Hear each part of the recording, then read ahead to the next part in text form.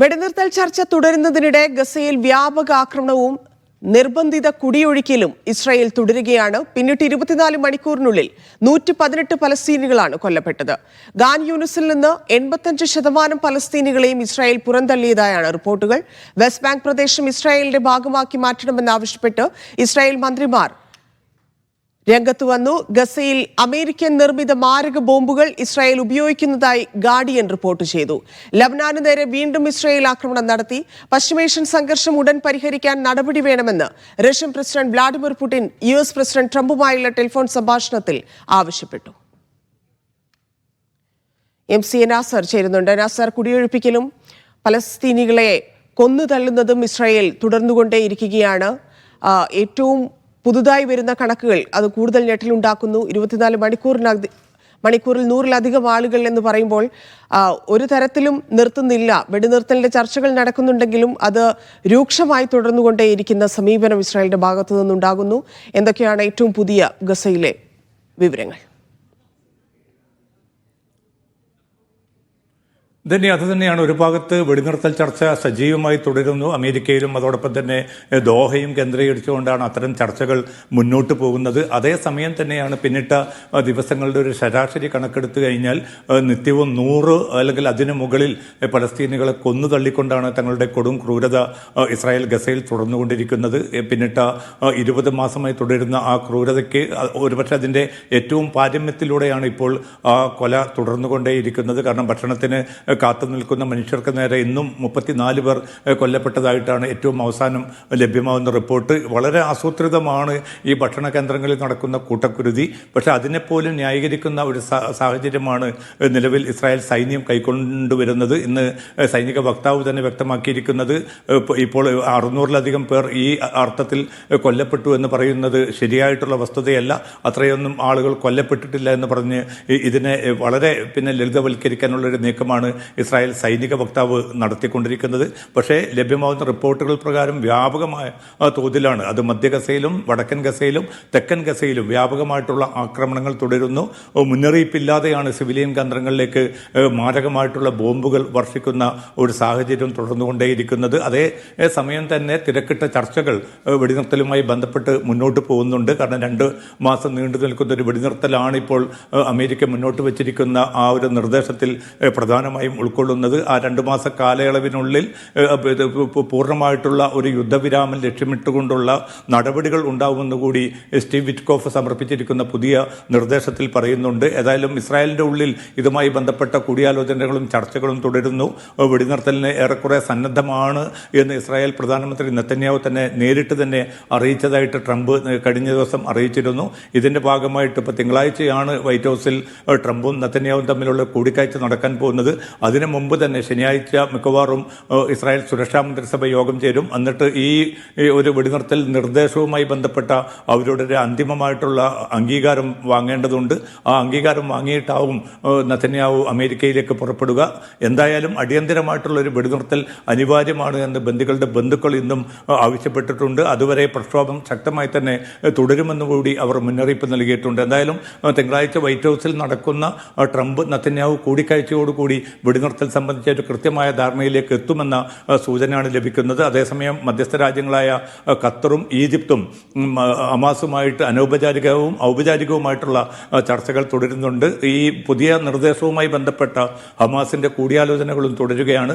1-2 ദിവസത്തിനുള്ളിൽ ഹമാസ് ഭേദഗതികളോടുകൂടിയുള്ള തങ്ങളുടെ നിലപാട് അറിയിക്കുമെന്നാണ് മാധ്യമ റിപ്പോർട്ടുകൾ വ്യക്തമാക്കുന്നത്. ആ ഒരർത്ഥത്തിൽ ഹമാസിന്റെ ഭാഗത്തുനിന്നുകൂടി അംഗീകാരം ലഭിക്കുകയാണെങ്കിൽ തീർച്ചയായിട്ടും വെടിനിർത്തൽ അതിൻ്റെ യാഥാർത്ഥ്യത്തിലേക്ക് വരുമെന്നാണ് ഏറ്റവും അവസാനമായിട്ട് വൈറ്റ് ഹൗസ് വക്താവും വ്യക്തമാക്കിയിരിക്കുന്നത്. പക്ഷേ കൊടും ക്രൂരതയും കുടിയൊഴിക്കലും ഇപ്പോൾ ഖാൻ യൂനിസിൽ തന്നെ ഏതാണ്ട് 83.5% പലസ്തീനികളെയും അവിടെ നിന്ന് തുരത്തിയതായിട്ടാണ് ഏറ്റവും അവസാനം ലഭ്യമാവുന്ന റിപ്പോർട്ടുകൾ. എല്ലാ ഭാഗത്തു നിന്നും ഫലസ്തീനികളെ പുറന്തള്ളുകയും പൂർണ്ണമായിട്ടും തങ്ങളുടെ കൈപ്പിടിയിലേക്ക് ഗസയെ കൊണ്ടുവരാനുമുള്ള ആസൂത്രിത നീക്കം തുടരുന്നുണ്ട്. പക്ഷേ അതിശക്തമായിട്ടുള്ള ചെറുത്തുനിൽപ്പും ഹമാസിന്റെ ഭാഗത്തു നിന്ന് തുടർന്നുകൊണ്ടേയിരിക്കുകയാണ്. ധന്യ. യെസ്, ഇവിടെ ഈ കണക്കുകൾ പരിശോധിക്കുമ്പോൾ നമുക്ക് വലിയ ഞെട്ടലുണ്ടാകുന്നുണ്ട്. അതിനപ്പുറത്തേക്ക് ഇസ്രായേലിനകത്ത് തന്നെ വരുന്ന പ്രതിഷേധങ്ങൾ കഴിഞ്ഞ ദിവസങ്ങളിലെല്ലാം നമ്മൾ അത് ചർച്ച ചെയ്തതാണ്. അതുണ്ടാക്കിയ സമ്മർദ്ദത്തിൽ നിന്ന് ആ ചർച്ചയിലേക്ക് എത്രത്തോളം എത്തി എന്നതും കണ്ടതാണ്. പക്ഷേ ഇവിടെ വീണ്ടും അമേരിക്കയുടെ നിലപാട്, ട്രംപിന്റെ നിലപാട് നിർണായകമാവുന്ന സാഹചര്യങ്ങൾ പലതരത്തിലുണ്ട്. ആ സമയത്ത് തന്നെ ലെബനാൻ ഉൾപ്പെടെ ആക്രമിച്ചുകൊണ്ടേയിരിക്കുന്ന ഒരു രീതി ഇസ്രായേൽ തുടരുന്നുമുണ്ട്. എന്താണ് ഇസ്രായേലിനുള്ളിൽ നടക്കുന്നത്? പുറത്തു നിന്നുള്ള ഇടപെടലുകൾ എങ്ങനെയാണ്? അമേരിക്കയുടെ ഇനിയുള്ള നിലപാട് ഏത് തരത്തിലായിരിക്കും?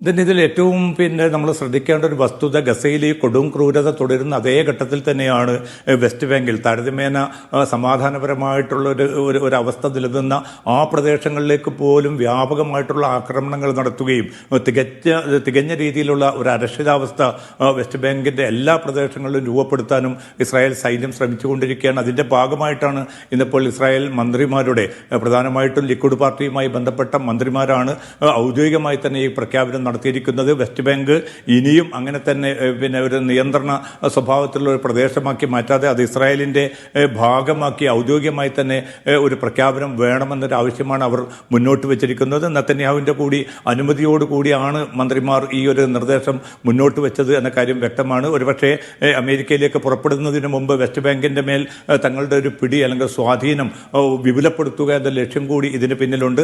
അതുമാത്രമല്ല, ഒരു സ്വതന്ത്ര പലസ്തീൻ രാഷ്ട്രത്തിലേക്ക് യൂറോപ്യൻ രാജ്യങ്ങളും മറ്റും ചില നീക്കങ്ങൾ നടത്തുമ്പോൾ അതിനെ അട്ടിമറിക്കാൻ ഇത് തങ്ങളുടെ പരമാധികാരമുള്ള പ്രദേശമാണ് എന്ന് വരുത്തി തീർക്കാനുള്ള വളരെ ബോധപൂർവമായിട്ടുള്ള ഒരു നീക്കത്തിൽ കൂടിയാണ് ഇസ്രായേൽ ഇപ്പോൾ ഏർപ്പെട്ടിരിക്കുന്നത്. വെസ്റ്റ് ബാങ്കിൽ അത്രയും വ്യാപകമായിട്ടുള്ള ആക്രമണങ്ങളാണ് പിന്നിട്ട ദിവസങ്ങളിലൊക്കെയും അരങ്ങേറിയിരിക്കുന്നത്. നിരവധി ജൂത കുടിയേറ്റ കേന്ദ്രങ്ങൾ ആ പ്രദേശങ്ങളിലേക്ക് വ്യാപിപ്പിച്ചതും നമ്മൾ ഓർക്കേണ്ടതുണ്ട്.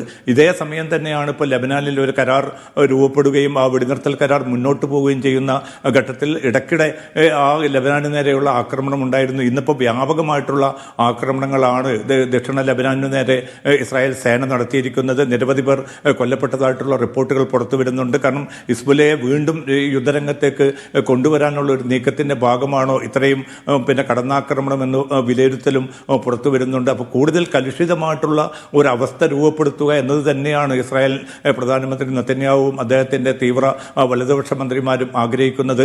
ഇപ്പം മസ്ജിദുൽ അക്സയ്ക്ക് നേരെ ഇന്നും അവിടെയും കടന്നുകയറ്റം നടത്തുകയും ആ പള്ളിയുടെ പരിപാവനത്വം നശിപ്പിക്കാനുള്ള ബോധപൂർവമായിട്ടുള്ള നീക്കങ്ങളും തുടർന്നുകൊണ്ടിരിക്കുകയാണ്. അപ്പോൾ പ്രകോപനപരമായിട്ടുള്ള ഈ നടപടികൾ തുടരുന്നത് ഒരുപക്ഷെ കുറെ കൂടി വികസിച്ച ഒരു ഇസ്രായേൽ എന്ന തങ്ങളുടെ സങ്കല്പം പ്രാവർത്തികമാക്കാനുള്ള കൃത്യമായിട്ടുള്ള രാഷ്ട്രീയ സൈനിക ലക്ഷ്യത്തോടുകൂടി ആണെന്ന വിലയിരുത്തലും പുറത്തു വരുന്നുണ്ട്. എന്തായാലും തിങ്കളാഴ്ച നടക്കാനിരിക്കുന്ന ഈ വൈറ്റ് ഹൗസിലെ കൂടിക്കാഴ്ചയിൽ ട്രംപ് ഏത് നിലപാട് സ്വീകരിക്കും, എത്രയും പെട്ടെന്ന് വെടിനിർത്തൽ ഉണ്ടാകുമെന്ന് ട്രംപ് പ്രഖ്യാപിച്ചിരിക്കുന്ന സാഹചര്യത്തിൽ അടിയന്തരമായിട്ടുള്ള വെടിനിർത്തലിന് ഇസ്രായേലിനെ ഏതർത്ഥത്തിൽ അദ്ദേഹം ട്രംപ് പ്രേരിപ്പിക്കും എന്നതുൾപ്പെടെയുള്ള ചോദ്യങ്ങളും ഉയരുന്നുണ്ട്. യൂറോപ്യൻ രാജ്യങ്ങൾ, പ്രത്യേകിച്ച് ഫ്രാൻസ് ഉൾപ്പെടെയുള്ള രാജ്യങ്ങൾ അതിശക്തമായിട്ടുള്ള നിലപാടുമായി തന്നെ മുന്നോട്ട് പോകുന്നുണ്ട്.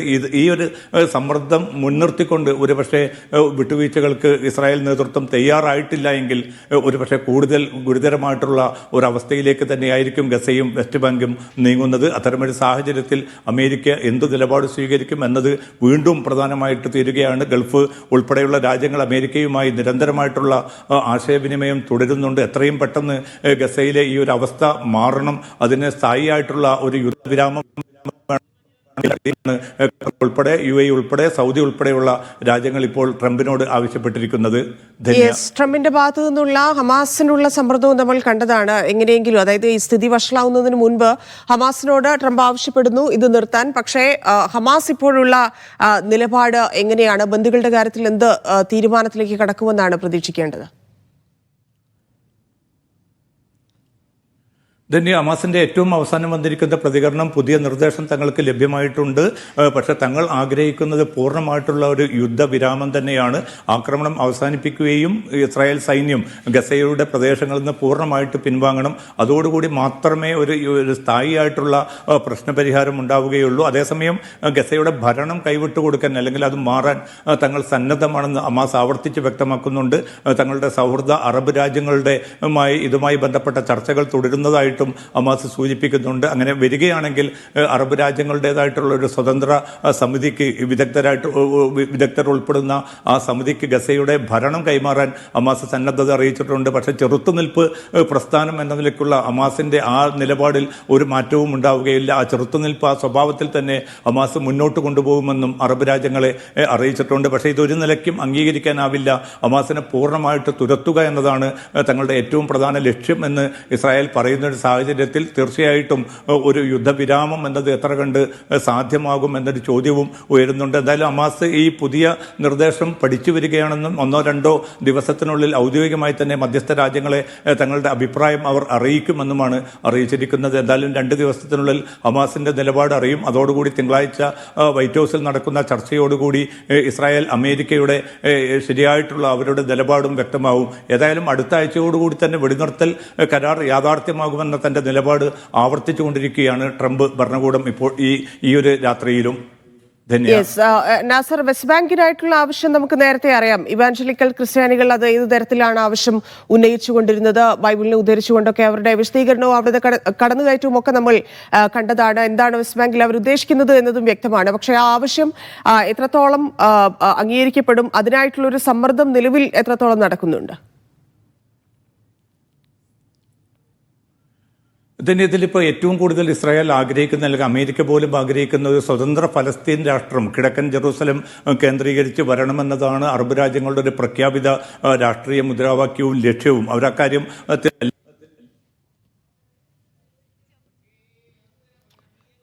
അതാണ് ഗസക്കാരെ മാറ്റിക്കൊണ്ട് അവിടെ, പ്രത്യേകിച്ച് വെസ്റ്റ് ബാങ്കിൽ നിന്ന് പലസ്തീനികളെ മാറ്റിക്കൊണ്ട് അവിടെ കയ്യേറുക എന്നുള്ളതാണ് ഏറ്റവും പുതുതായി വരുന്ന ഈ അയവില്ലാത്ത ആക്രമണത്തിനിടയിലും വന്നുകൊണ്ടിരിക്കുന്ന മറ്റൊരു കാര്യം. അതിനിടയിൽ വെടിനിർത്തലുമായി ബന്ധപ്പെട്ട് ഹമാസ് അവരുടെ നിലപാടിൽ ഉറച്ചു നിൽക്കുന്നു. പൂർണ്ണമായ ഒരു വെടിനിർത്തലിന് മാത്രമാണ് തയ്യാറാവുകയുള്ളൂ. അതിനപ്പുറത്തേക്ക് 60 ദിവസം എന്നതിലേക്കൊന്നും ഹമാസ് താല്പര്യപ്പെടുന്നില്ല. അമേരിക്കയുടെ ആവശ്യം ലഭിച്ചു, ഇല്ലെങ്കിൽ അതുമായി ബന്ധപ്പെട്ടുള്ള വിവരങ്ങൾ ലഭ്യമായിട്ടുണ്ട് എന്നാണ് ഹമാസിന്റെ പ്രതികരണം അവസാനമായി വരുന്നത്. എന്തായാലും സംഘർഷം പൂർണ്ണമായി അവസാനിപ്പിക്കാതെ ബന്ദികളുടെ കാര്യത്തിൽ മറ്റൊരു തീരുമാനത്തിലേക്കും എത്തില്ല എന്ന് ഹമാസ് പറയുന്നു. എങ്കിലും ആക്രമണം തുടരുകയാണ്, കുരുതി തുടർന്നുകൊണ്ടിരിക്കുന്നു ഇസ്രായേൽ എന്നുള്ളതാണ് ഗസയിൽ നിന്ന് അവസാനമായി ലഭിക്കുന്ന വിവരങ്ങൾ. MC നാസറാണ് വിശദാംശങ്ങൾ നൽകിയത്.